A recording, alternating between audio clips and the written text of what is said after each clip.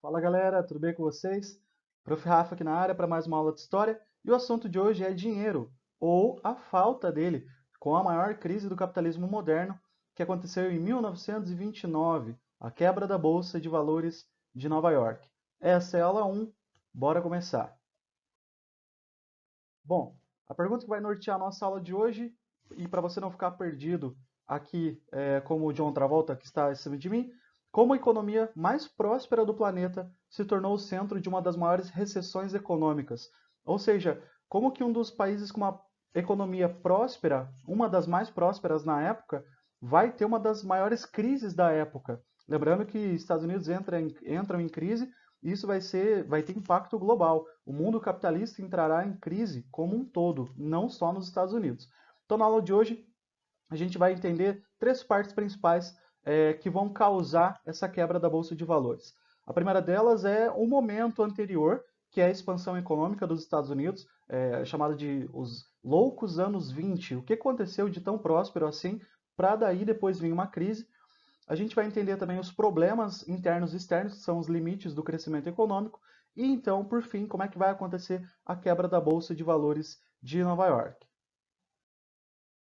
Vamos falar então dessa expansão econômica. Olha só, eles passavam por um momento de euforia na década de 20. Por quê? Expansão dos meios de comunicação de massa. O rádio vai se tornar popular nesse momento nos Estados Unidos. No Brasil, na década de 30, mas aqui na década de 20, o rádio já era um instrumento de comunicação de massa lá nos Estados Unidos. Havia o desenvolvimento tecnológico também, vamos dizer assim, mostrado pelo Fordismo. Né? As linhas de produção do Ford T vão mostrar esse desenvolvimento tecnológico. Grande prosperidade econômica, os Estados Unidos se tornam o país, o maior exportador do planeta, que é o que diz ali embaixo, né? Principal exportador de mercadorias. Só que o último item fala de concentração de renda, porque não era todo mundo que aproveitava dessa prosperidade. Vamos lembrar que judeus, católicos, negros, latinos e outras etnias não aproveitavam dessa prosperidade econômica que os grandes passavam no momento. É um momento de rádio popular, é um momento de cinema, é um momento que Estados Unidos lucrou muito pós-Primeira Guerra. Vamos lembrar que a Primeira Guerra Mundial acontece lá na Europa, não acontece em território norte-americano. Então eles têm uma vantagem em relação a isso e eles vão se tornar o principal fornecedor aí de produtos de reconstrução financeira e industrial para a Europa. E aí também nesse momento aparece o American Way of Life, o jeito americano de viver. Claro que com as grandes indústrias aparecendo, a indústria de automóveis, as grandes indústrias de eletrodomésticos, a geladeira, a máquina de lavar, a televisão, depois de um tempinho, vai se tornar popular, mas aqui era um símbolo de status. Então, o American Way of Life é desse momento, da década de 20, de grande prosperidade econômica, e que ninguém, né, isso é muito louco pensar, ninguém imaginava que no final dessa década teria a maior crise no capitalismo moderno. Bom, vamos começar a falar dos problemas então para montar o cenário dessa crise. Problemas externos, né? Algo que estava fora do território norte-americano. Olha só, Europa pós Primeira Guerra, desemprego crescente, moedas desvalorizadas, empobrecimento da população e potencial industrial debilitado. Só que conforme o tempo foi passando, a Europa conseguiu se recuperar, né? A crise econômica sempre é passageira. Então chega um momento que a Europa já não necessitava mais, não tinha mais tanta dependência dos Estados Unidos. Conforme o tempo foi passando, eles foram reconstruindo esse cenário de crise, de pós-guerra, e aí eles pararam de importar tanta coisa dos Estados Unidos. Vamos lembrar que 40% das coisas exportadas no mundo eram dos Estados Unidos. Então a Europa ela restringe as importações, ela para com o mercado externo e ela vai agora se voltar ao mercado interno. Então, o primeiro problema que os Estados Unidos já começa a enfrentar é a falta, entre aspas, de clientes, a falta de consumo externo. Dentro do território norte-americano, a gente tem os maiores problemas, né? A quantidade de problema é maior. Então, primeiro, a gente tem uma série de salários baixos, né? A concentração de renda é o contrário da distribuição de renda. Então, a gente vai ter um cenário de baixíssimos salários para as pessoas que trabalhavam, por exemplo, nas indústrias. Há uma redução do consumo, a gente chama de subconsumo. O que quer dizer isso? eu tenho muita coisa sendo produzida, mas eu não tenho tanto mercado para absorver esse consumo. O que que é mercado? Mercado é o aglomerado, é o conjunto das pessoas com dinheiro. E eu não tinha tantas pessoas com tanto dinheiro assim para consumir tudo que estava sendo produzido. Então eu vou ter uma redução de consumo aqui, também por conta dos baixos salários, mas também por conta dessa falta de pessoas com dinheiro necessário para consumir tudo. Liberalismo, eu coloquei como um problema interno e eu coloquei um ponto de interrogação, porque isso aqui abre ponto para uma discussão que temos até hoje, que é o seguinte: existem pessoas que falam assim, olha, o Federal Reserve, né, o Banco Central norte-americano, deveria ter injetado mais dinheiro na economia. Aí tem pessoas que falam o contrário. Não, eles deveriam ter injetado menos dinheiro na economia. A velha discussão, né, de intervenção estatal ou não. Mas para a história oficial, por enquanto, a gente considera o liberalismo, a falta de intervenção estatal, como um problema interno. Tá? E aí, uma das causas principais, ou as duas principais, a gente tem nos dois últimos itens, que é o seguinte: com a retração dos mercados externo e interno, há um resultado: superprodução nos Estados Unidos, ou seja, muita coisa sendo produzida e pouco mercado para absorver essa grande produção.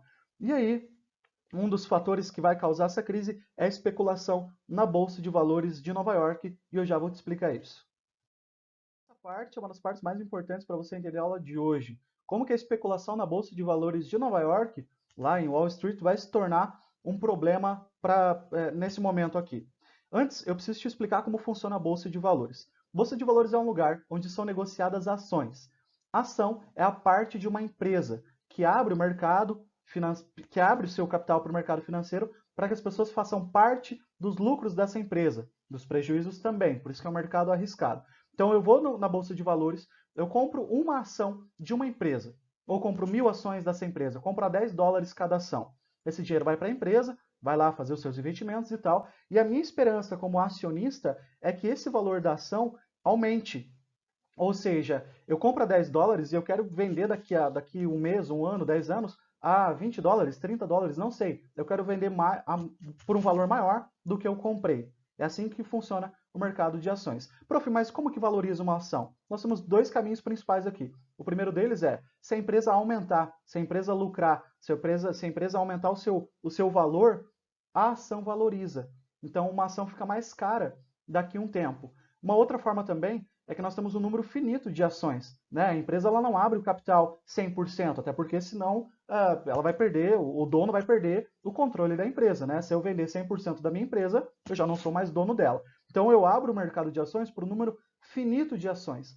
Se eu tenho muita gente comprando, esse valor vai ser valorizado, porque as ações vão diminuindo, né? As ações disponíveis de compra serão diminuídas, e aí a tendência do valor dessa ação é aumentar, também por conta desse fator. Então você tem o lucro da empresa e esse número de ações. E aí, nesse momento da aula de hoje, o que está acontecendo?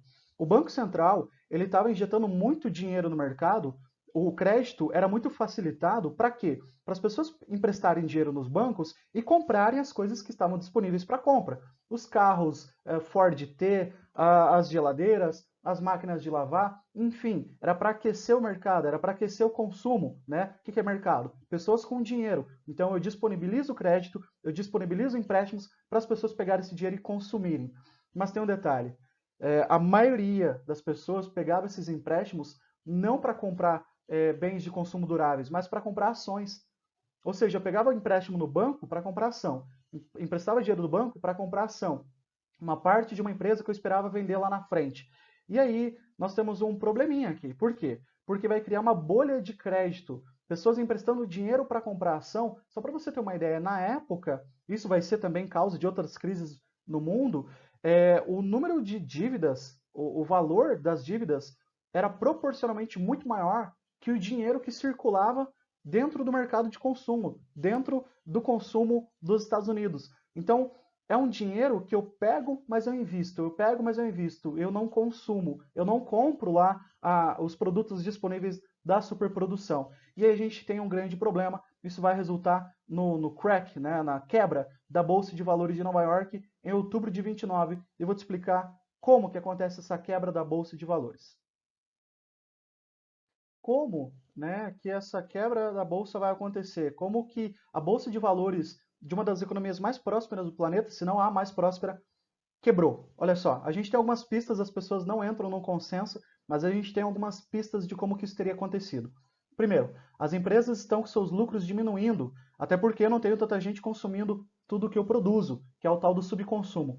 Um dos motivos principais que vai acontecer essa quebra é o item 2 e o item 3. Diz assim: Federal Reserve aumentou os juros e Federal Reserve noticiou a finalização da política de crédito facilitado. O Banco Central norte-americano ele percebeu o seguinte: todo o dinheiro que a gente está disponibilizando, que os bancos estão disponibilizando para empréstimos e que era para as pessoas consumirem produtos, as coisas que a gente está produzindo, elas estão comprando ações. Então eu preciso frear isso, eu não quero parar, mas eu preciso tirar o pé do acelerador. Eu preciso diminuir esse crédito facilitado, eu preciso diminuir esses empréstimos. E aí o Banco Central aumenta seus juros a 10% sobre essas operações de crédito. E aí entra o problema. O mercado começa a desconfiar, porque começa a perceber que o lucro está diminuindo, por que o Banco Central está aumentando os juros, e aí acontece um efeito manada. No dia 24 de outubro, 12 milhões de ações foram colocadas à venda. Ou seja, 12 milhões de documentos de partes de empresa foram colocadas à venda no mesmo dia. E aí, qual que é o grande problema disso? A oferta disso. Se eu tenho 12 milhões de ações colocadas à venda, o que vai acontecer com o valor? Vai diminuir muito. O valor vai se tornar nulo pela quantidade de ações que tem. Ou seja, todo mundo quer vender, mas não tem ninguém mais que quer comprar, porque todo mundo está desconfiado. Agora está mais caro, os juros estão mais altos. Por que está acontecendo isso? Então o mercado financeiro ele entra num pânico generalizado e todo mundo vai colocar as ações para vender. Só para você ter noção, 10 dias depois, o número vai aumentar para 33 milhões de ações colocadas à venda. Então, isso colapsa o mercado, porque não pode todo mundo querer vender ao mesmo tempo, porque eu não tenho ninguém para comprar. E aí o valor dessa ação acaba se tornando nulo. E aí a gente tem o grande crack, o grande crash da Bolsa de Valores de Nova York. Olha só, queda de 11%. Na época, isso representou 30 bilhões de dólares. Ou seja, 30 bilhões foi diminuído do valor dessas ações. Por isso se tornou valores nulos. Hoje seria aí, passando para os valores de hoje, 400 bilhões de dólares. Então, isso vai impactar muito o mercado financeiro. Assim acontece então a quebra da Bolsa de Valores de Nova York, pela queda no lucro das empresas, mas também porque o Banco Central, principalmente o Banco Central, parou com essa política de crédito fácil, de empréstimos altos a juros baixos, enfim. E aí você tem esse grande impacto acontecendo na economia. Tá, prof, e qual foi o impacto imediato desse problema gigantesco? Primeiro, pânico generalizado, né, por conta das pessoas agora perderem todo o seu capital. Teve até muitos suicídios, pessoas que tinham lá milhões investidos em ações e agora tem $0 investido, perdeu tudo, e aí muita gente vai acabar se matando. Segundo item, né? Especuladores sem dinheiro para pagar os empréstimos. Olha que doido isso. Eu emprestei horrores do banco para comprar ações e agora eu perdi tudo. Eu não tenho mais nenhum dinheiro para pagar um empréstimo. Então você já pode imaginar que os bancos vão entrar em colapso também. Até os bancos tinham dinheiro investido em ações. Então eu, dono de banco, não só tenho o dinheiro que você está me devendo, eu não tenho mais, como também eu tive dinheiro perdido porque eu peguei uma parte do capital e investi em ações.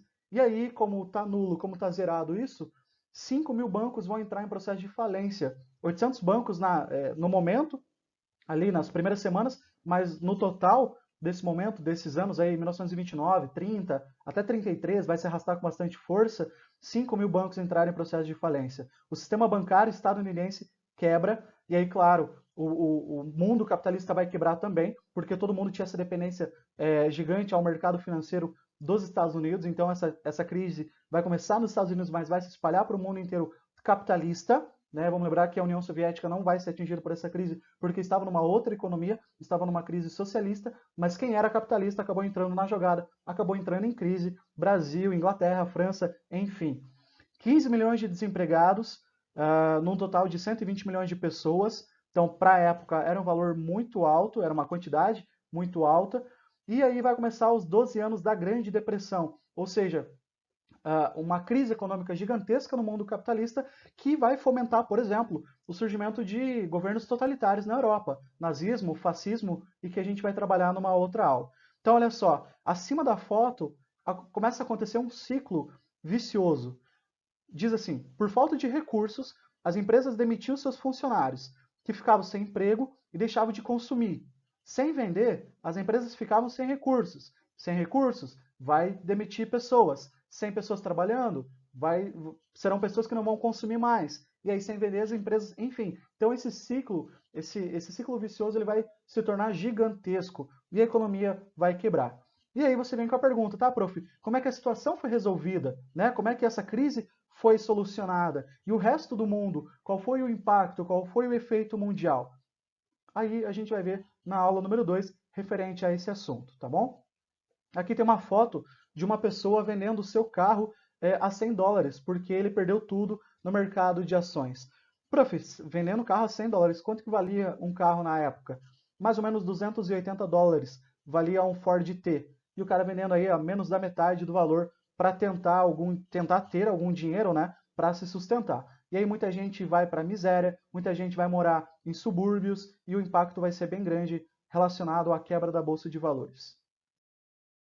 Resumindo então a nossa aula, a gente viu hoje que os Estados Unidos passaram por um momento de prosperidade econômica na década de 20, vão acontecer problemas externos e internos que vão fazer com que a economia quebre, e aí o problema interno principal é a superprodução e a especulação da Bolsa de Valores de Nova York, que quebra em outubro de 29, e como que ela aconteceu então? Principalmente porque o Banco Central aumenta a taxa de juros e todo mundo quer vender as ações ao mesmo tempo. O mercado quebra e aí os impactos serão desastrosos, serão gigantes. O mercado capitalista mundial acaba entrando em colapso. E aí uma indicação de um filme que passa na época, 1930, que é um filme do Charlie Chaplin, um ator conhecidíssimo, que vai se tornar um ícone, né, dos cinemas até hoje, é conhecido, que é o filme Tempos Modernos. Nesse filme, o Charlie Chaplin ele vai representar a expansão econômica, o modelo industrial fordista e também a crise de 29 com os milhões de desempregados norte-americanos. Pessoal, é isso então. Espero que você tenha entendido e gostado. Muito obrigado pela atenção. Diga tchau.